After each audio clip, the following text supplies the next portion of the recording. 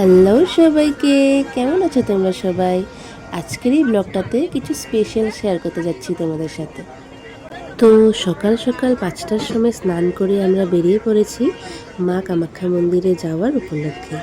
তোমরা মোটামুটি সবাই জানো এখন অম্বাবুচির সময় চলছে। এ সময়ে দেবী কামাখ্যা মন্দিরে অম্বাবুচির মেলা আয়োজিত হয়।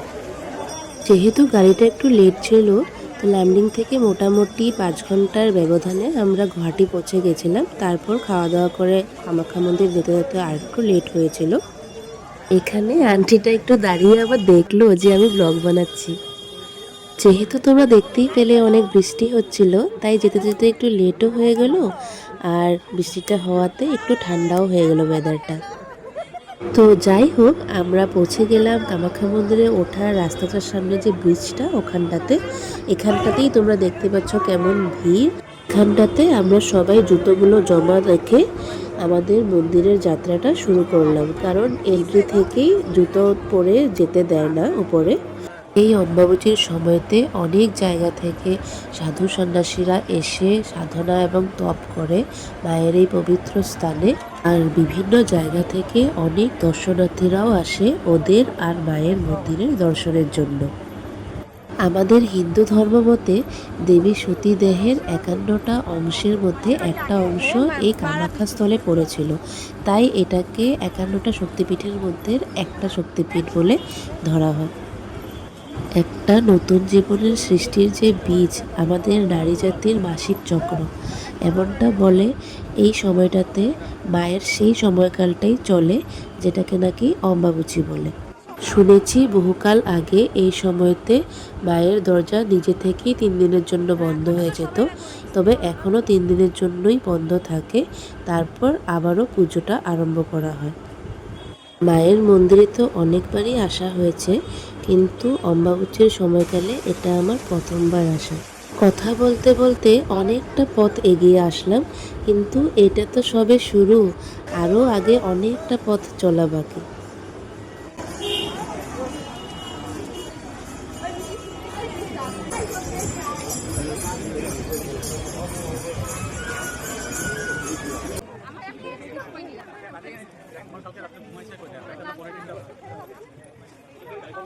রাস্তা তো অনেক দূর, তেমন কিছু একটা কেনাকাটার দোকানও নেই, আর খাবার দাবারের দোকানও তেমন একটা নেই। তবে অনেকেই এখানে জল দান করছে এবং অনেক কিছু খাবার দাবার, তারপর কোল্ড ড্রিঙ্কস, নিম্বু পানি, শরবত সব কিছুই ফ্রি অফ কস্ট প্রোভাইড করছে। তোমরা চাইলে ওখান থেকে খেতে পারবে। আর জায়গায় জায়গায় রাস্তার ধারে মেডিকেল ফ্যাসিলিটিসও আছে, তো তোমাদের কোনো কিছুতেই অসুবিধে হবে না। আমার গলার ভয়েসটাকে তোমরা একটু অ্যাভয়েড করো প্লিজ, কারণ আমার শরীরটা খুব একটা ভালো না। তাও ভাবলাম ভিডিওটা একটু নিজের ভয়েস দিয়েই বানাই।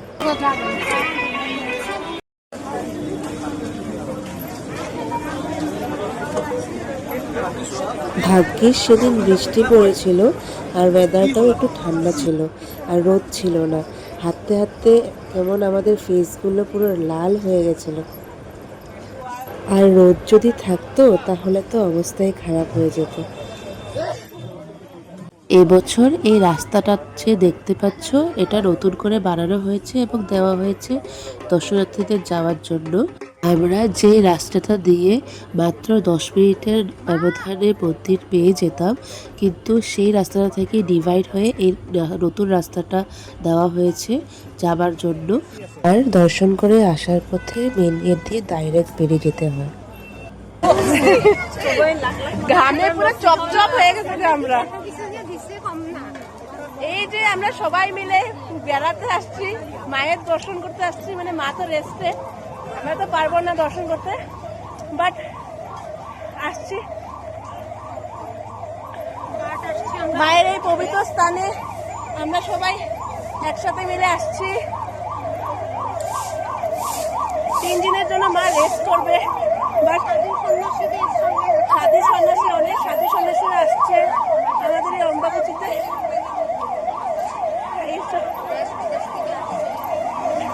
পুরো রাস্তাটা হাঁটতে হাঁটতে হাঁপিয়ে গেছি, আর এই ব্যাগটা সাথে বোঝা হয়ে গেল। হাঁটতে হাঁটতে পুরো ঘামে ঝপঝপ করে ঘাম পড়ছে। এবছর যাওয়া আসার রাস্তাটা নতুন করে ডিভাইড করে দেওয়াতে সবারই অনেকটা বেশি পথ হাঁটতে হয়েছে।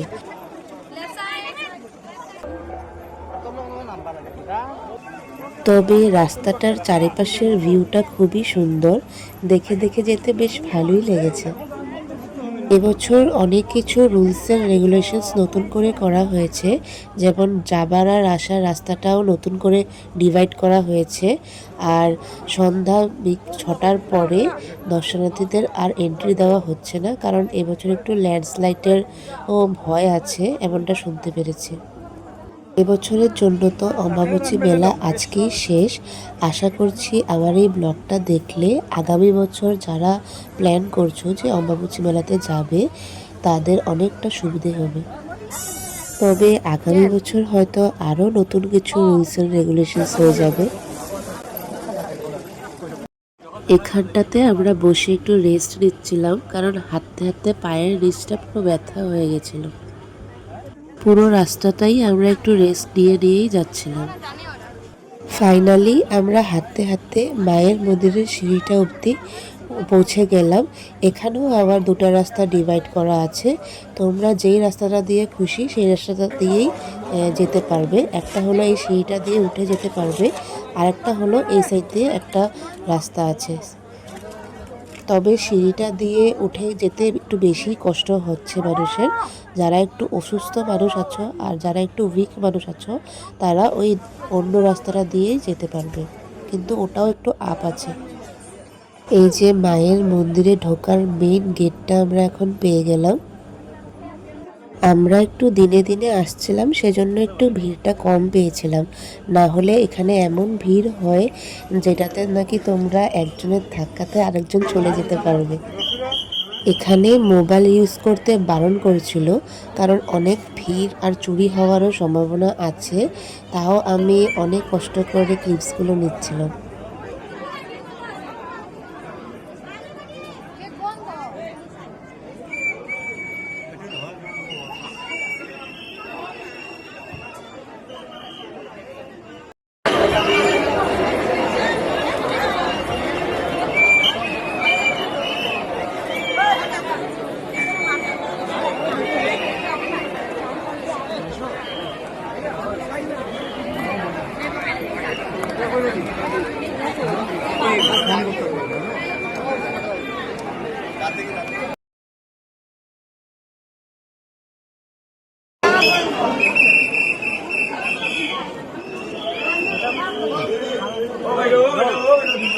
হ্যাঁ,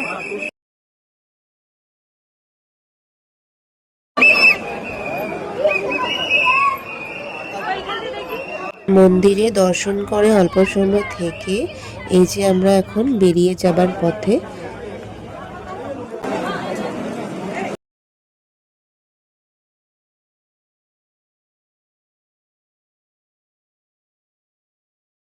এখানেও অনেক সাধু সন্ন্যাসীরা সাইডে সাইডে বসে আছে।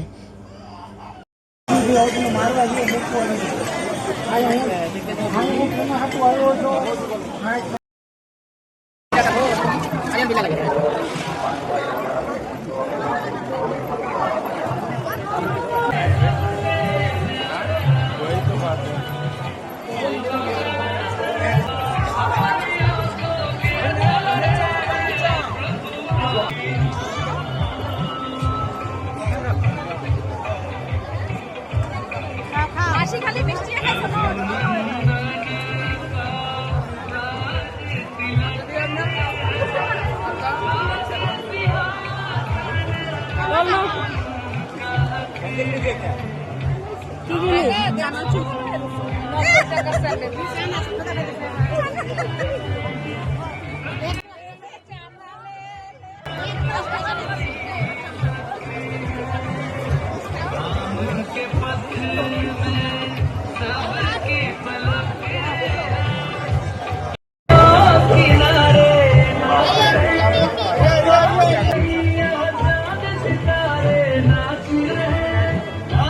এই যে আস্তে আস্তে আমাদের প্রায় বিকেল হয়ে গেছিল, এবং ওইখান থেকে বেরোতে বেরোতে প্রায় 7:30 বেজে গেছিল।